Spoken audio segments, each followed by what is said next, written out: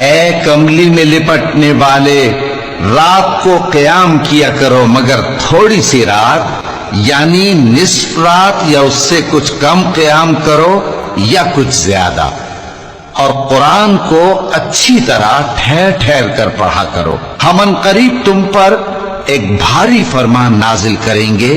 کچھ شک نہیں کہ رات کا اٹھنا نفس کو سخت پامال کرتا ہے، اور اس وقت ذکر بھی خوب درست ہوتا ہے۔ دن کے وقت تو تمہیں اور بہت سے شغل ہوتے ہیں، تو اپنے پروردگار کے نام کا ذکر کرو اور ہر طرف سے بے تعلق ہو کر اسی کی طرف متوجہ ہو جاؤ۔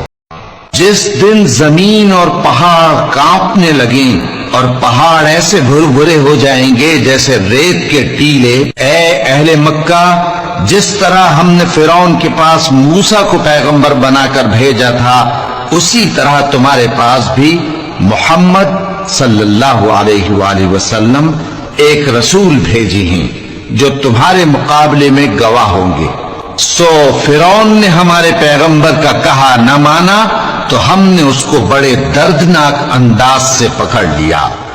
اگر تم بھی ان پیغمبر کو نہ مانو گے تو اس دن سے کس طرح بچو گے جو بچوں کو بوڑھا کر دے گا، جس سے آسمان پھٹ جائے گا۔ یہ اس کا وعدہ پورا ہو کر رہے گا۔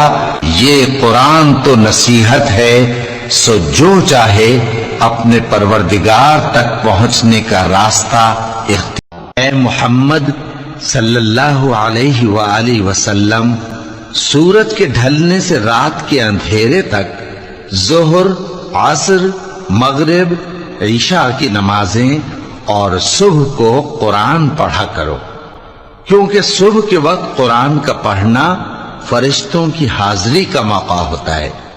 اور بعض حصہ شب میں بیدار ہوا کرو اور تہجد کی نماز پڑھا کرو۔ یہ شب خیزی تمہارے لیے ایک اضافی عمل ہے۔ امید ہے کہ اللہ تم کو مقام محمود پر فائز فرمائے۔ جب اللہ کی مدد آ پہنچی اور فتح حاصل ہو گئی، اور اے نبی صلی اللہ علیہ وآلہ وسلم، تم نے دیکھ لیا کہ لوگ فوج در فوج اللہ کے دین میں داخل ہو رہے ہیں، تو اپنے پروردگار کی تعریف کے ساتھ تسبیح کرو اور اس سے مغفرت مانگو، بے شک وہ بڑا معاف کرنے والا ہے۔ اور کسی کام کی نسبت نہ کہنا کہ میں اسے کل کر دوں گا، مگر انشاءاللہ کہہ کر، یعنی اگر اللہ چاہے تو کر دوں گا۔ اور جب اللہ کا نام لینا بھول جاؤ تو یاد آنے پر لے لو، اور کہہ دو کہ امید ہے کہ میرا پروردگار مجھے اس سے بھی زیادہ ہدایت کی باتیں بتائے۔